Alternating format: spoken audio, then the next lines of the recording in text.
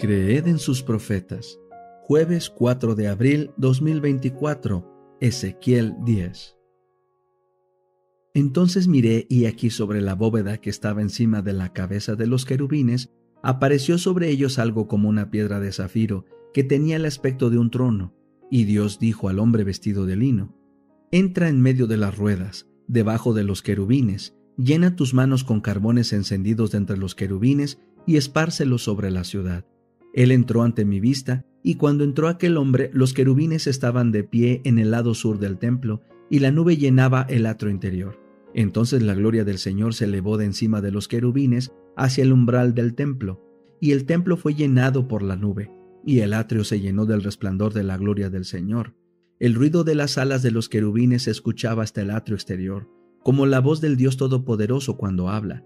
Y aconteció que cuando mandó al hombre vestido de lino diciendo: Toma fuego de entre las ruedas de en medio de los querubines, éste entró y se puso de pie al lado de una rueda. Entonces un querubín extendió su mano de entre los querubines hacia el fuego que había en medio de los querubines. Tomó de él y lo puso en las manos del que estaba vestido de lino, y éste lo tomó y salió. La gloria del Señor deja el templo. Los querubines parecían tener debajo de sus alas algo semejante a una mano de hombre.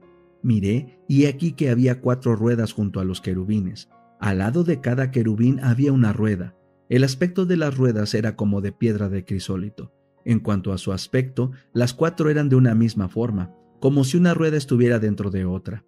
Cuando se desplazaban, iban en cualquiera de las 4 direcciones y no viraban cuando se desplazaban, sino que al lugar a donde se dirigía la principal, las otras iban detrás de ella y no viraban cuando se desplazaban.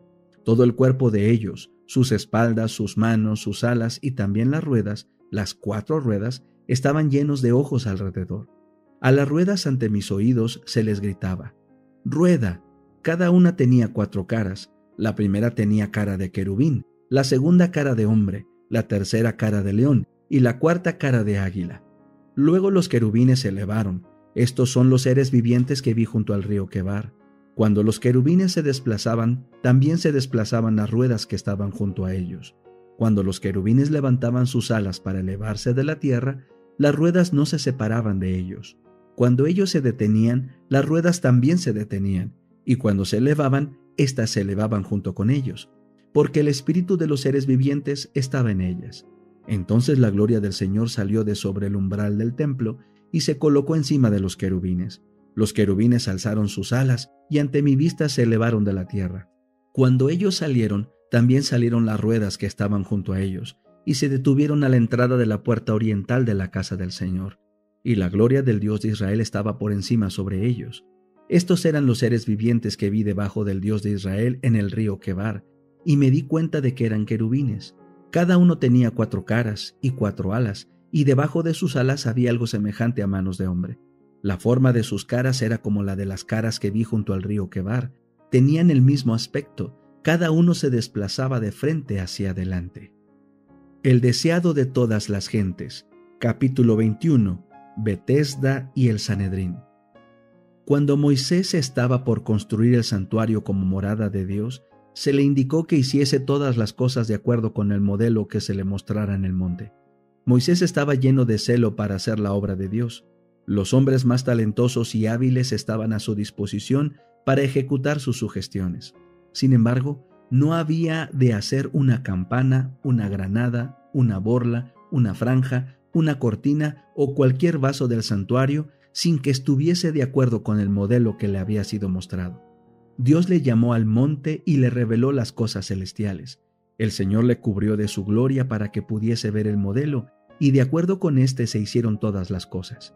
Así también Dios, deseoso de hacer de Israel su morada, le había revelado su glorioso ideal del carácter. Le mostró el modelo en el monte cuando le dio la ley desde el Sinaí, y cuando pasó delante de Moisés y proclamó: Jehová, Jehová, fuerte, misericordioso y piadoso, tardo para la ira y grande en benignidad y verdad, que guarda la misericordia en millares, que perdona la iniquidad, la rebelión y el pecado. Israel había preferido sus propios caminos, no había edificado de acuerdo con el dechado, pero Cristo, el verdadero templo para morada de Dios, modeló todo detalle de su vida terrenal de acuerdo con el ideal de Dios. Dijo: Me complazco en hacer tu voluntad, oh Dios mío, y tu ley está en medio de mi corazón. Así también nuestro carácter debe ser edificado, para morada de Dios en espíritu, y hemos de hacer todas las cosas de acuerdo con el modelo, a saber aquel que padeció por nosotros, dejándonos ejemplo, para que vosotros sigáis sus pisadas. Las palabras de Cristo nos enseñan que debemos considerarnos inseparablemente unidos a nuestro Padre Celestial. Cualquiera sea nuestra situación, dependemos de Dios, quien tiene todos los destinos en sus manos. Él nos ha señalado nuestra obra y nos ha dotado de facultades y recursos para ella. Mientras sometamos la voluntad a Dios y confiemos en su fuerza y sabiduría, seremos guiados por sendas seguras, para cumplir nuestra parte señalada en su gran plan. Pero el que depende de su propia sabiduría y poder se separa de Dios.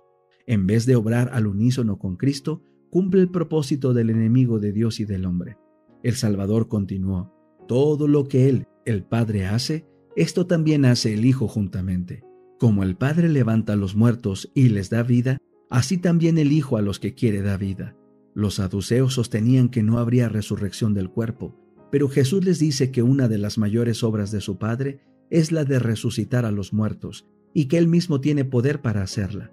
Vendrá hora, y ahora es, cuando los muertos oirán la voz del Hijo de Dios, y los que oyeren vivirán. Los fariseos creían en la resurrección. Cristo les dice que ya está entre ellos el poder que da vida a los muertos, y que han de contemplar su manifestación. Este mismo poder de resucitar es el que da vida al alma que está muerta en delitos y pecados. Ese espíritu de vida en Cristo Jesús, la virtud de su resurrección, libra a los hombres de la ley del pecado y de la muerte. El dominio del mal es quebrantado y por la fe el alma es guardada de pecado.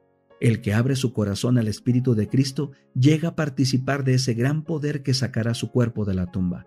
El humilde Nazareno asevera su verdadera nobleza, se eleva por encima de la humanidad, depone el manto de pecado y de vergüenza, y se revela como el honrado de los ángeles, el Hijo de Dios, uno con el Creador del universo.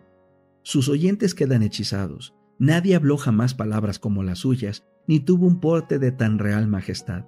Sus declaraciones son claras y sencillas, presentan distintamente su misión y el deber del mundo, porque el Padre a nadie juzga, mas todo el juicio dio al Hijo, para que todos honren al Hijo como honran al Padre.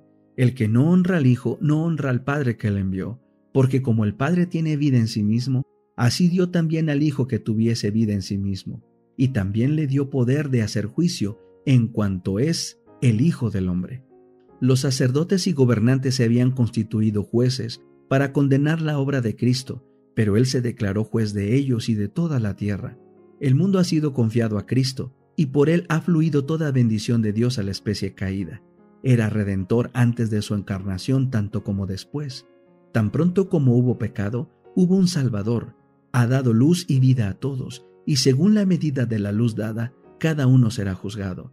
Y el que dio a luz, el que siguió al alma con las más tiernas súplicas, tratando de ganarla del pecado a la santidad, es a la vez su abogado y juez.